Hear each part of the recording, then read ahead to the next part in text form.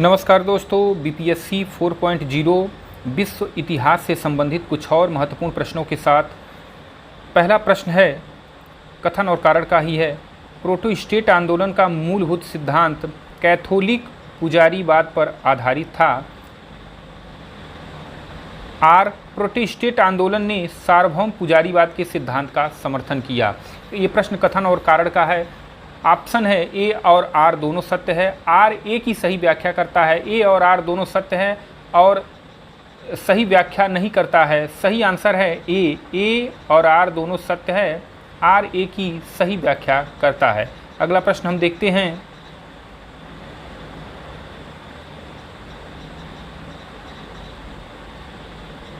मार्बुर्ग कालोस्क्यू क्या थी? सही उत्तर है लूथर और ज्विंगली के बीच एक बहस। अगला प्रश्न हम देखते हैं।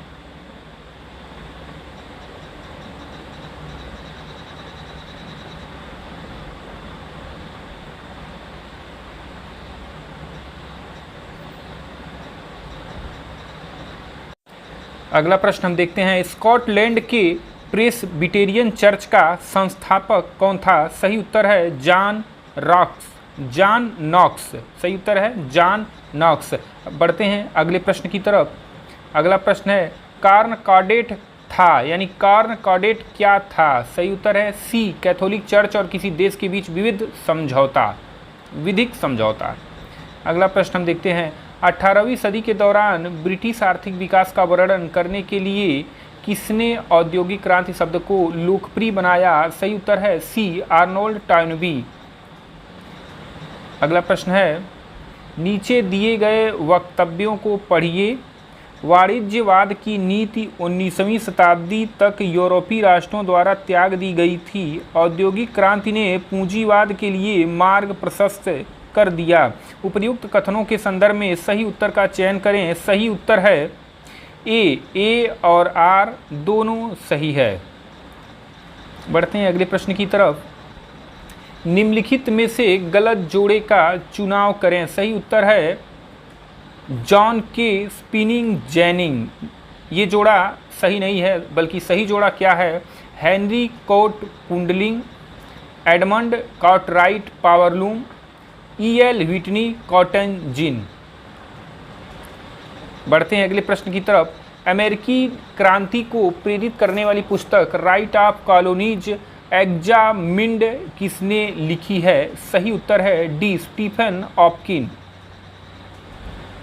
अगला प्रश्न है, 1765 के कार्टिंग अधिनियम द्वारा क्या हुआ था? सही उत्तर है ए, अमेरिकन बस्तियों को ब्रिटिश सेना द्वारा किए गए व्यय का एक हिस्से का भुगतान न करने के लिए बाध्य किया गया। बढ़ते हैं अगले प्रश्न की तरफ। अगला प्रश्न है, कॉलोनी जिसने प्रथम महाद्वीपीय कांग्रेस में भाग नहीं लिया था कौन है? सी, जॉर्जिया। अगला प्रश्न है, क्रांति पूर्व फ्रांस को निम्नलिखित में से किस वित्त मंत्री ने मुक्त व्यापार की नीति का अनुपालना का सुझाव दिया? सही उत्तर है बी, तुर्गो। अगला प्रश्न है, सुधार जो राष्ट्रीय संविधान सभा 1789 से 1791 द्वारा क्रियान्वित नहीं किया गया था वो कौन सा है? उत्तर है डी, मैट्रिक प्रणाली की शुरुआत। अगला प्रश्न हम देखते हैं, निम्नलिखित में से जैकोबिन पार्टी का सदस्य नहीं था? सही उत्तर है बी, मादाम रोला। अगला प्रश्न हम देखते हैं, निम्नलिखित में से कौन संयुक्त राष्ट्र संघ का मूल सदस्य है? भारत। अगला प्रश्न हम देखते हैं, किस वर्ष में नेपोलियन फ्रांस का वंशानुगत शासक बना? सही आंसर है सी, 1804। अगला प्रश्न हम देखते हैं, नेपोलियन की महाद्वीपीय प्रणाली का मुख्य उद्देश्य था? सही उत्तर है ए, ब्रिटेन की वाणिज्य और व्यापार का विनाश। बढ़ते हैं अगले प्रश्न की तरफ।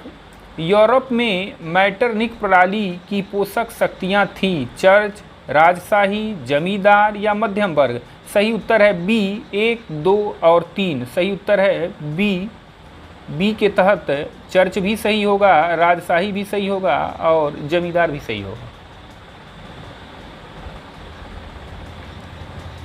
अगला प्रश्न है, कार्लसबाद डिक्रीज के पीछे मैटरनिक का उद्देश्य था। सही आंसर है जर्मनी के राष्ट्रवादी संगठनों को नियंत्रित करना।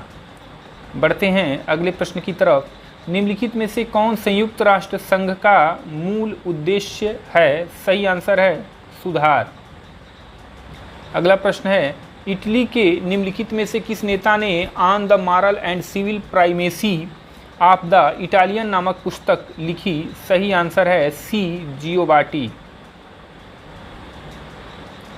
अगला प्रश्न है, किस घटना के पश्चात बिस्मार्क ने कहा हमने दरार को एक कागज के टुकड़े से ढक दिया है? सही आंसर है बी गस्टाइन समझौता। अगला प्रश्न है, फ्रांस फ्रसा युद्ध 1870-71 का तात्कालीन कारण क्या था? स्पेन उत्तराधिकार पर विवाद। सही आंसर है ए स्पेन उत्तराधिकार पर विवाद। अगला प्रश्न है, बुदी उतोमो था। सही आंसर है डी एक इंडोनेशियाई राष्ट्रवादी संगठन। अगला प्रश्न है, टाइडिंग मैकडफ अधिनियम निम्नलिखित में से किस देश से संबंधित था? सही आंसर है फिलीपींस। अगला प्रश्न है, रूजवेल्ट कारोलरी क्या थी? सही आंसर है बी लातिनी अमेरिकी देशों से संबंधित मुद्दों पर संयुक्त राज्य अमेरिका के हस्तक्षेप करने का अधिकार की घोषणा। अगला प्रश्न है, रूस की सोशल डेमोक्रेटिक पार्टी का संस्थापक कौन था? सही आंसर है बी प्लेखानो। अगला प्रश्न है, निम्नलिखित में से कौन सा युग्म श्वेत सेना के कमांडिंग क्षेत्र से सुमेलित नहीं है? सुमेलित नहीं है तो नहीं में आएगा डी कैडलिन पश्चिमी रूस, बाकी तीनों सुमेलित है। अगला प्रश्न है, वेस्ट लिटोवस्क की संधि के द्वारा नीचे दिए गए देशों के किस समूह को स्वतंत्र घोषित किया गया? सही आंसर है सी बेलारूस, यूक्रेन, फिनलैंड। अगला प्रश्न है, निम्नलिखित में से कौन सा प्रावधान युद्ध साम्यवाद का हिस्सा था? सही आंसर है बी किसानों से अधिशेष खाद्यान्न का बलात् अधिग्रहण। अगला प्रश्न है, अदागीर कांड में निम्नलिखित में से कौन सी दो यूरोपीय शक्तियां आमने सामने थीं? सही आंसर है फ्रांस और जर्मनी। अगला प्रश्न है, सुमेलित कीजिए ट्रिपल अलायंस इंग्लैंड फ्रांस संधि, रूस फ्रांस की संधि, ट्रिपल आंतास। सही आंसर है ए। अब इसको मिलाया जाएगा, मिलाने के लिए ए का 1, बी का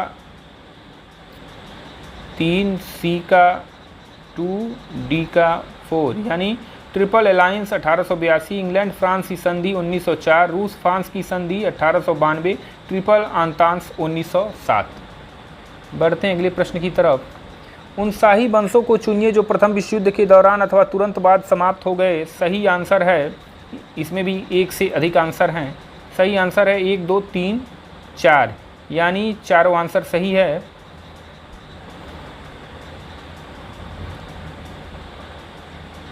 एक, 2, 3, 4, यानी होहेंजोलर्न भी सही है, ऑटोमान भी सही है, हैबसबर्ग भी सही है, रोमानो भी सही है। बढ़ते हैं अगले प्रश्न की तरफ। चित्रकारी और चित्रकार से संबंध में निम्नलिखित में से कौन सा सुमेलित नहीं है? ध्यान दीजिएगा, पूछ रहा है सुमेलित नहीं है, तो ये है द स्कूल ऑफ एथेंस ट्रिसियन, ये नहीं सुमेलित है, बाकी ये सारे सुमेलित हैं। कौन कौन से हैं? Last Supper, Leonardo da Vinci, Creation of Adam, Michelangelo और लाफिंग कैवेलियर, फ्रांज हाल्स। बढ़ते हैं अगले प्रश्न की तरफ। निम्न में से किसने प्रारब्धवाद के सिद्धांत का समर्थन किया? सही आंसर है ए जॉन कॉल्विन। अगला प्रश्न है, निम्न में से कौन से उपनिवेश का प्रथम कॉन्टिनेंटल कांग्रेस में प्रतिनिधित्व नहीं हुआ? सही आंसर है सी, जॉर्जिया। अगला प्रश्न है, निम्न में से कौन एक जैकोबिन था? सही आंसर है मारा।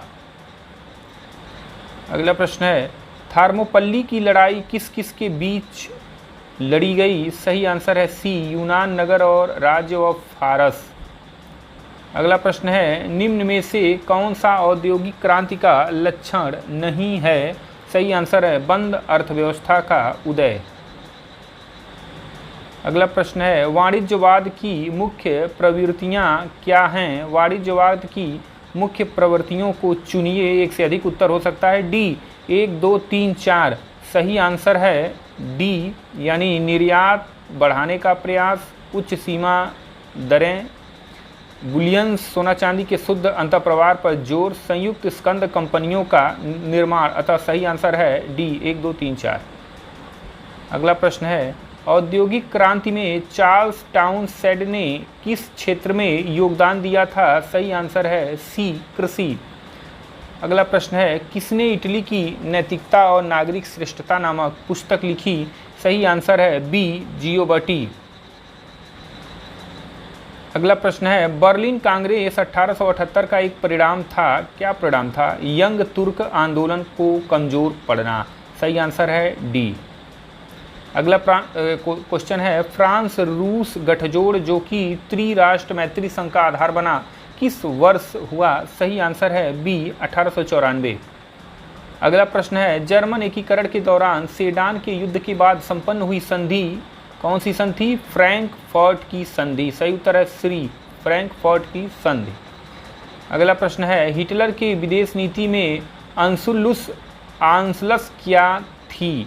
ये सही उत्तर है ए, ऑस्ट्रिया को जर्मनी में मिलाने की इच्छा।